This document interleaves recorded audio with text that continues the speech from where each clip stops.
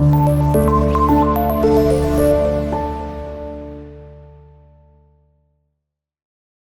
वालेकुम। आज हमारा जो नेक्स्ट लेक्चर है वो है सॉलिड्स पे। First year new chemistry book, आपका टीचर मोहम्मद अब्दुल्ला जिया। बच्चों, सॉलिड्स क्या है? सॉलिड्स वो सब्सटेंस हैं विच आर रिगड, जो हार्ड हैं हमारे पास and have a definite shape and definite volume. ये मार्कर सॉलिड है, ये मेरे ग्लासेस सॉलिड हैं। इसके अलावा इस कमरे में अगर हम बात करें कि ये लाइट्स हैं, इसके अलावा कैमरा लगा हुआ है, इसके अलावा बोर्ड है, मार्कर है, बेशुमार चीजें जो सॉलिड है, जो डेफिनेट शेप रखती हैं, डेफिनेट वॉल्यूम होता है इनका। तो इसके साथ साथ वो बात कहता है कि ये क्लोज पैक्ड होते हैं, आपस में ज्यादा जुड़े हुए होते हैं और इसमें कोहेसिव फोर्सेस होती हैं और कैन नॉट बी मूव। तो इसकी कुछ प्रॉपर्टी हैं जो हम सॉलिड के हवाले से देखेंगे। 5.11.1 टॉपिक है जी हमारे पास, जिसमें है compression of the solid. Solid जो होते हैं ना वो कंप्रेस्ड होते हैं, क्लोज्ड पैक्ड होते हैं, हार्ड होते हैं। मिसाल के तौर पे अगर आप देखें कि अगर हम पानी की मिसाल लेते हैं वाटर की, तो वाटर की बात करते हैं तो अगर वो सॉलिड की फॉर्म में है तो वो आइस है, अगर वो लिक्विड की फॉर्म में है तो वो वाटर है, और अगर वो वेपर्स की फॉर्म में है तो वो वाटर वेपर्स है। तो water vapours, vapours of water, तो ये तीन फॉर्म है।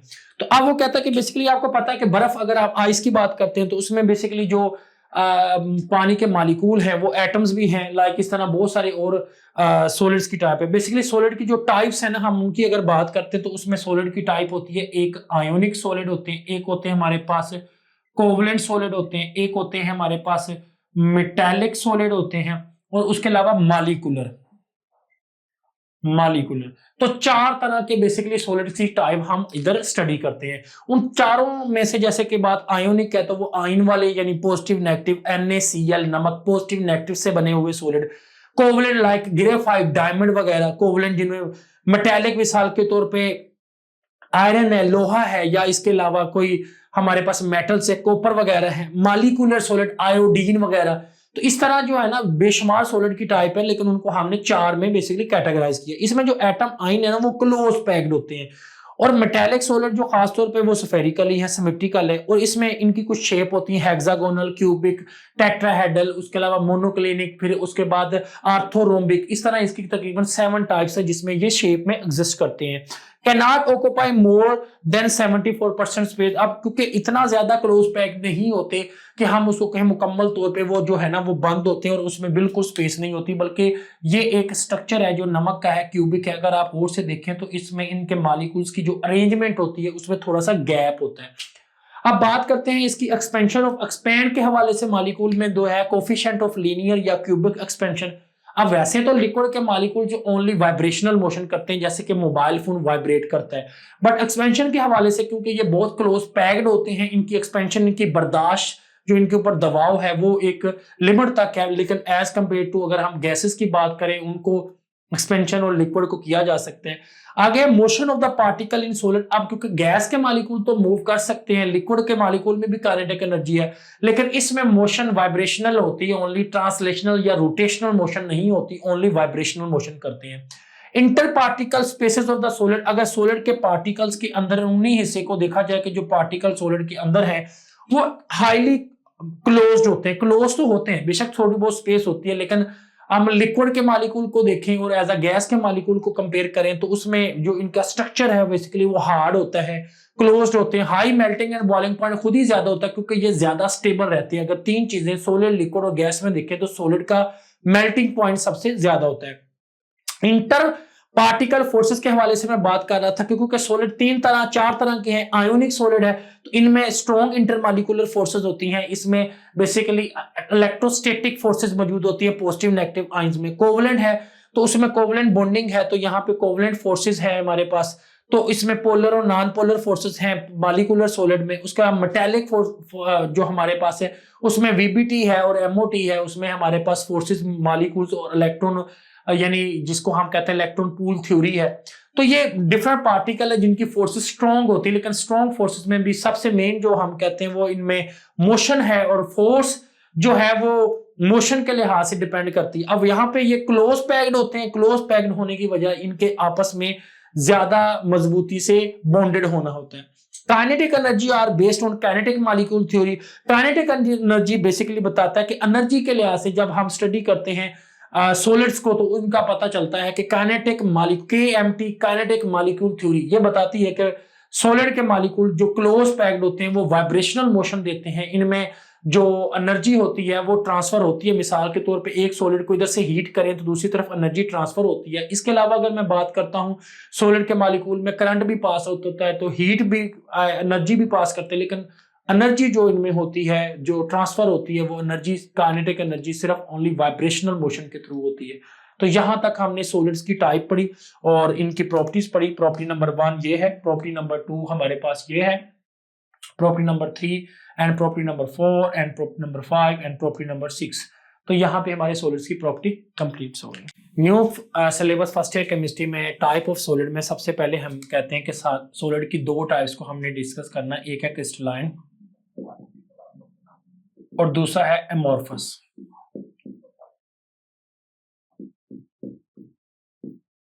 अच्छा, एमोर्फस सॉलिड और जो क्रिस्टलाइन सॉलिड है जिसके बारे में हम यहाँ पे डिस्कस करते हैं, तो हमें इनको हमने आगे जाके एंड पे डिस्कस करना है। सबसे पहले क्रिस्टलाइन सॉलिड है, तो क्रिस्टलाइन सॉलिड की आइडेंटिफिकेशन है जी शार्प मेल्टिंग पॉइंट।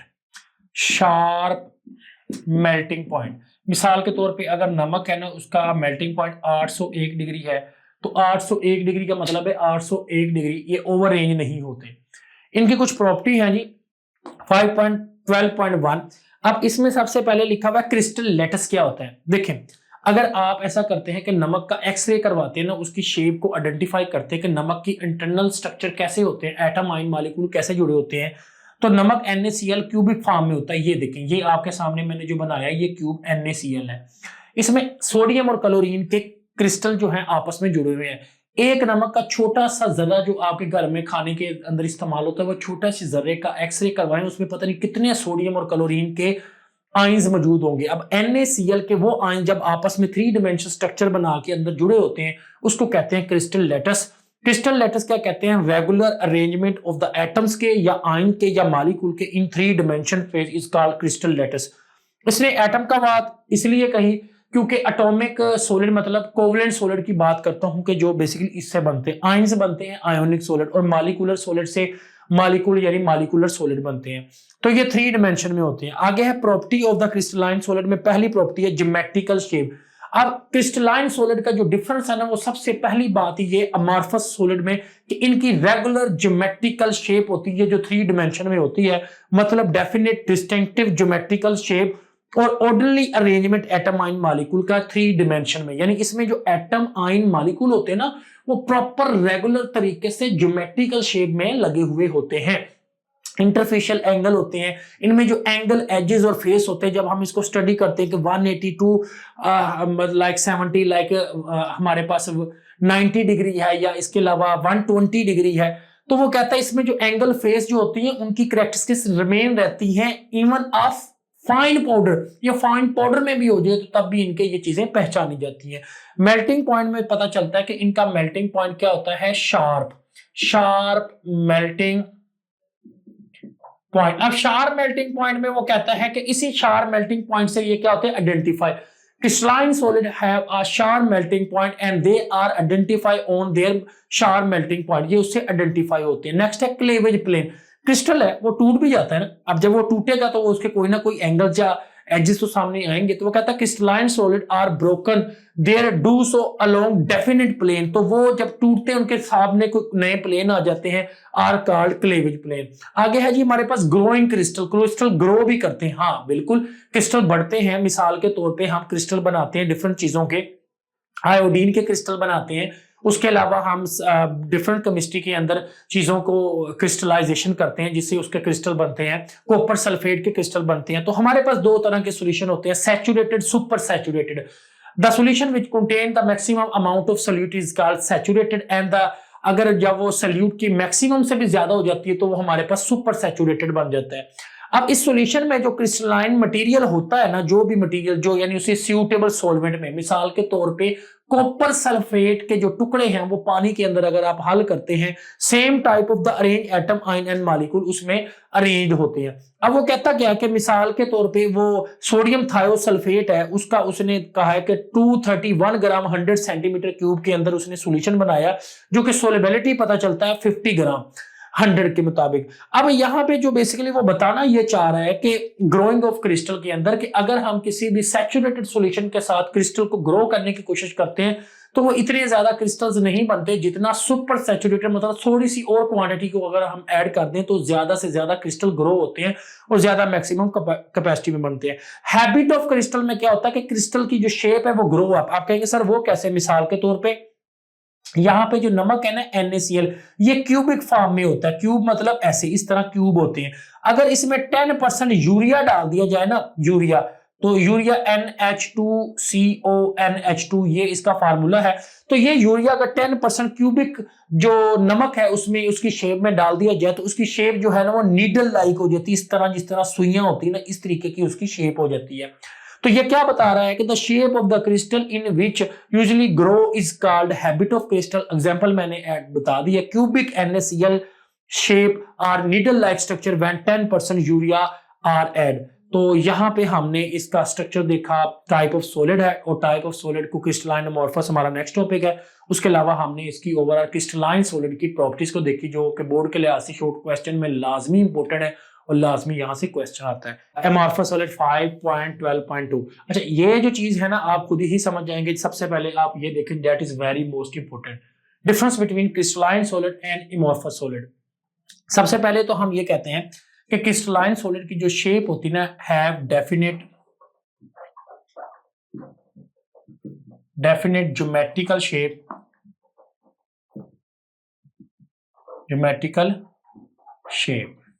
अब इसकी डेफिनेट ज्योमेट्रिकल शेप होती है, इसकी नो डेफिनेट ज्योमेट्रिकल शेप, इसको हम कहते हैं इररेगुलर शेप होती है।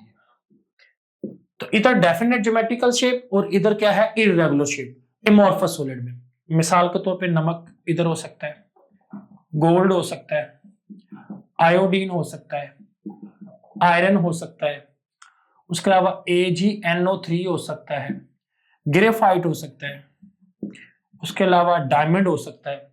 इस तरह के डिफरेंट कंपाउंड हो सकते हैं। उसके अलावा जब इधर देखें तो इधर प्लास्टिक है और उसके अलावा ग्लास है, उसके अलावा रबड़ है, उसके अलावा हमारे पास इसमें कोक हो सकती है। इस तरह डिफरेंट कंपाउंड हो सकते हैं। अब सॉलिड की टाइप्स में अगर हम बात करते हैं तो पहले तो ये ज्योमेट्रिकल, जब सबसे मोस्ट इंपॉर्टेंट इसमें जो डिफरेंस है ना वो ये है कि they have definite characteristics of sharp melting point, have definite sharp melting point. ये इनका सबसे मेन पॉइंट है कि अगर जो मेल्टिंग पॉइंट होता है उसी पे एग्जैक्ट मेल्ट हो जाते हैं। इनका क्या होता है? ओवर रेंज, हमारे पास क्या होता है? ओवर रेंज मेल्टिंग पॉइंट, ये चीज आ जाती है। आगे ये होते हैं जी हमारे पास एनआइसोट्रोपिक। इसका मतलब होता है कि एटम आयन मॉलिक्यूल जो डायरेक्शन पे डिपेंड करते हैं, इनके नहीं करते, ये होते हैं आइसोट्रोपिक। अब मेल्टिंग पॉइंट से याद आया कि यहां पे इनके एक पॉइंट जो बुक में मिसिंग है वो आपने लाजमी लिखना है कि डेफिनेट